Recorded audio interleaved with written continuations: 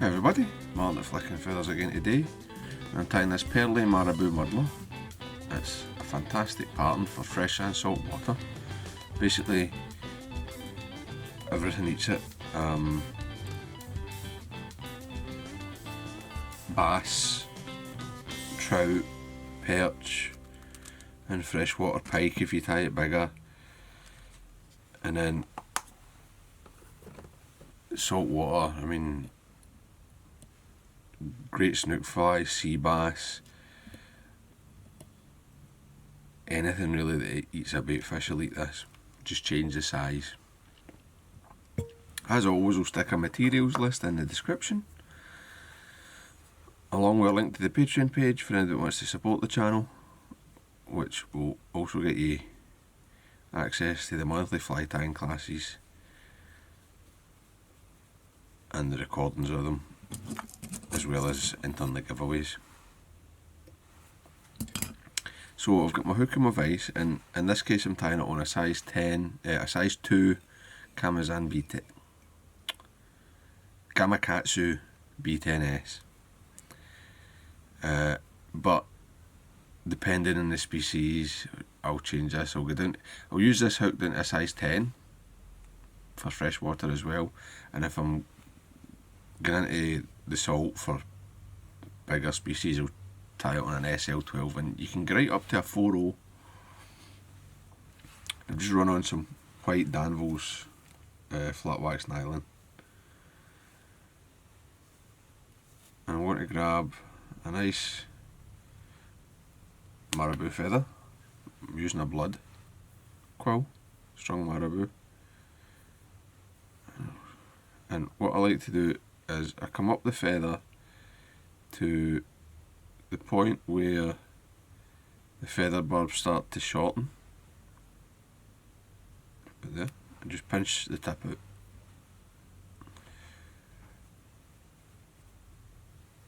And I'll stroke the feather so that all the fibres are gathered up, and I want my tail to be about a hook and a half long, so just catch that in. I'm catching the whole feather, and I don't mind. In fact, I quite like, actually, you can see here some of the feathers from the base, some of the fibres from the base of the feather are shorter, so it gives you a sort of taper into the tail. You don't need to strip it so that it's of the same length.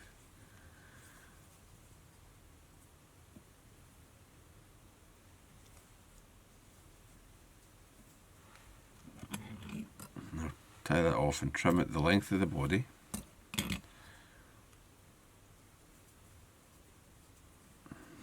Nice and secure. I'll take my rib, and I'm using fluorescent yellow 20-pound nylon. You can also use fluorescent red, fluorescent pink. I don't know how visible this will be on the camera. Look, the yellowness of it against the fly, but it actually does pop quite a lot on the finished pattern, especially on those sort of cloudy days, hazy cloudy days with a high UV index. And it does seem to make a difference. I've tied the fly just with a clear nylon rib, and I find that it's not been as effective as with the fluorescent ribs, but you know, it's up to you. You can tie it how you like. The body, I'm using Sybai Angel dub. It's a nice long fibred dubbing, flashy dubbing. It's longer in the fibre than, say, ice dub, which I think is quite important, because I don't put any flash in the tail. I'm just going to brush this quite aggressively with the Velcro to bring the fibres out and let them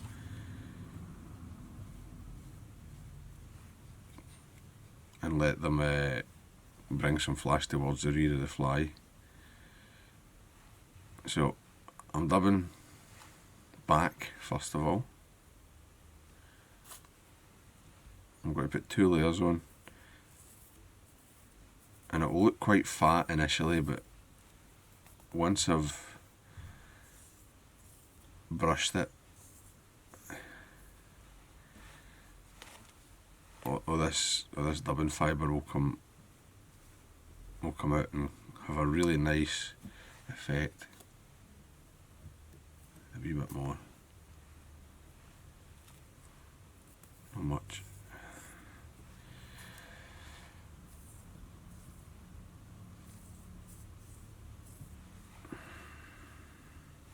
That'll do. I'm leaving myself plenty of space. I've got a quarter of the shank here at the front.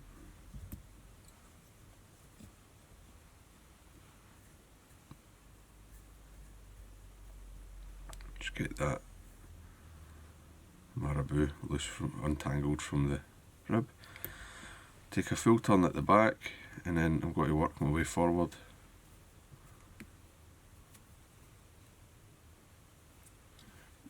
Nice and tight, that you'll see it will bite right into this thick dubbing when you wind it.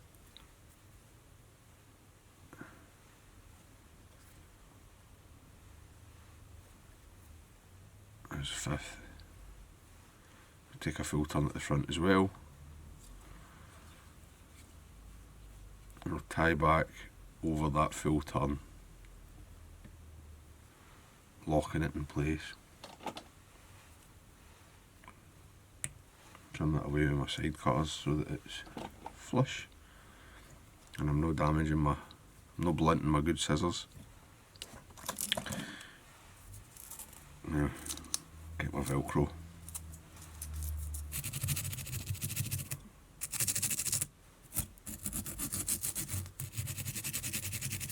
And really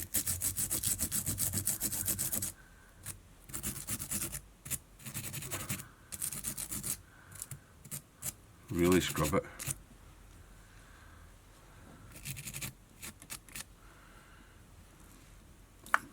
And just roll it in your fingers, just sweep that back.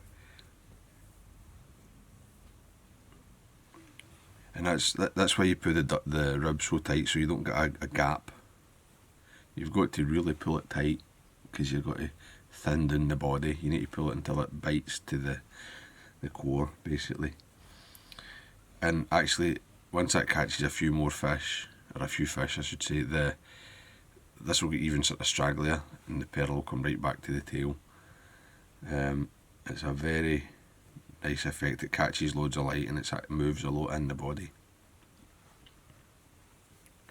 So I'm just going to smooth this right off, where I'm going to tie my muddler head. Alright, you do not need a bare bit of thread, but you do need it to be smooth. You don't want bumps. Just drop to my stacker.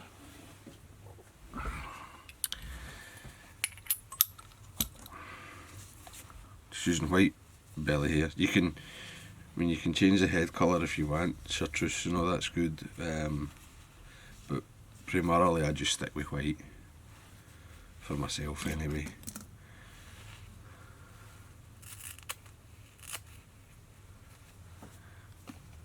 And I'll tie them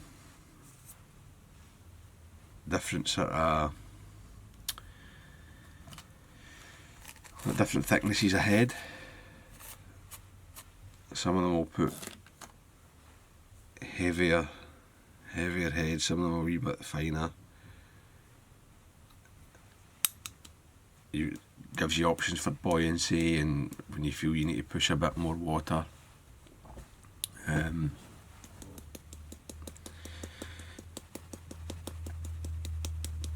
know, if the water's a bit dirtier, you can have a slightly bulkier head. But again, that's personal preference.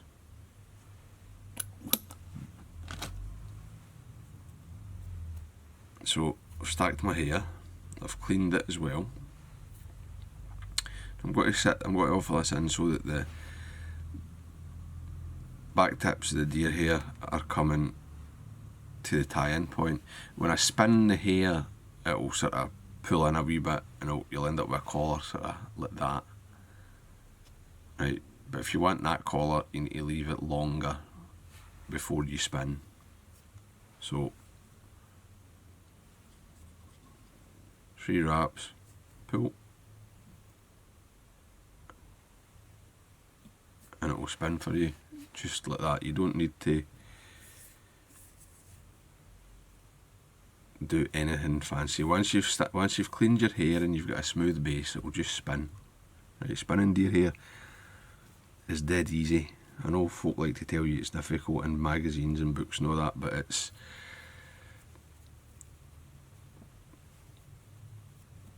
not true. As long as you do the preparation, it's a doddle. And you can always just push it in a wee bit more if you feel you need to. We'll sweep everything back, put a nice wee flat spot in. I'll put a half hitch on here.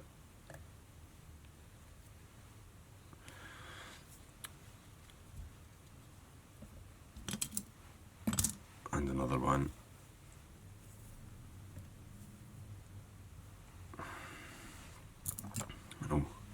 You could finish the fly here, but I'm going to put a weed guard on, but I'll cut this so it's easy to trim.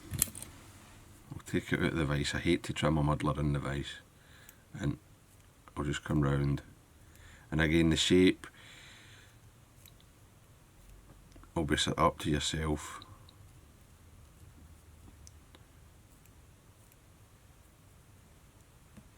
You can make it more triangular or cone shaped.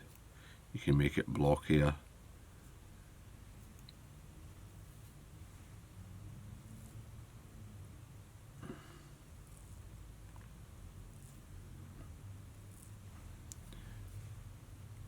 And you can trim these when you're fishing as well. If you get to the water and you feel that it's a bit big, the fly's a bit too buoyant or something, you can just take your scissors and knock some deer hair off.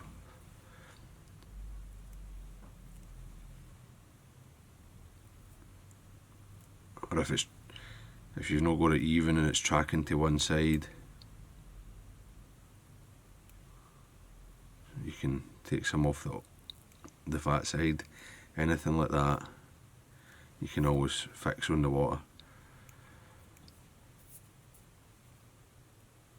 And you don't want to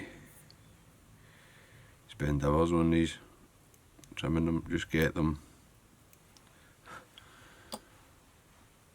into a rough shape.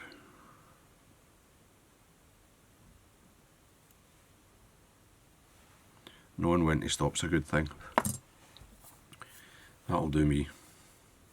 Right, that's fine for what I want this. It's not huge, but it's big enough it'll push some water. It'll make that tail kick and swim, and the body's still nice and visible as well. So we'll just start the same thread.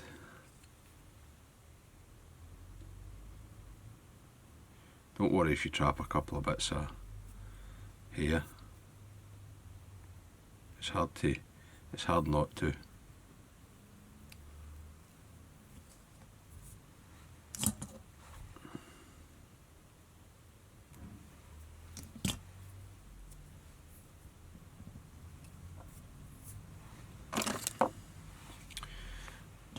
Right. Weed guard, so you can throw this into the sticks. Right. I mean, this is a good mangrove fly, you know,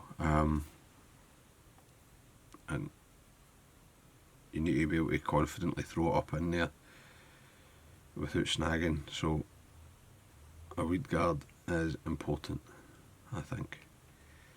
I know some people don't like them, but I think the reason when people don't like weed guards is the reason they've probably fished flies with poorly made weed guards that are too stiff or too big, or tied in a way that they don't move correctly when a fish bites. So I've tied in my double loop there, my double pronged guard, I'm just going to take a figure 8 through,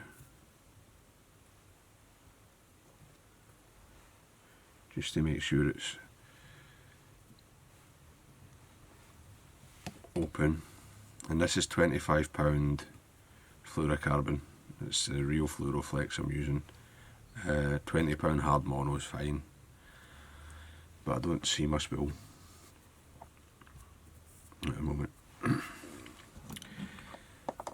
And you'll see, you'll probably affect your head shape a wee bit when you tie that in. If you need to, you can come in and sort of clean it up a wee bit. And then I'll come back and cut them even. So just come to the hook point. Now, see that moves quite easily, right? This is the thing. It's enough to turn. That'll be enough to turn the weight of the fly away from a. It'll turn the fly away from a stick. But if a fish bites, it's still going to collapse and let the hook in quite easily if you own a strip strike. A lot of people do blame weed guards for not getting the hook in, but they've trout struck on something like a snook, you know, and it's really the trout strike, I think, a lot of the time. You don't get a good strip strike in. This thing's just some cement. Let it go onto the front of that deer here. Then clean your eye.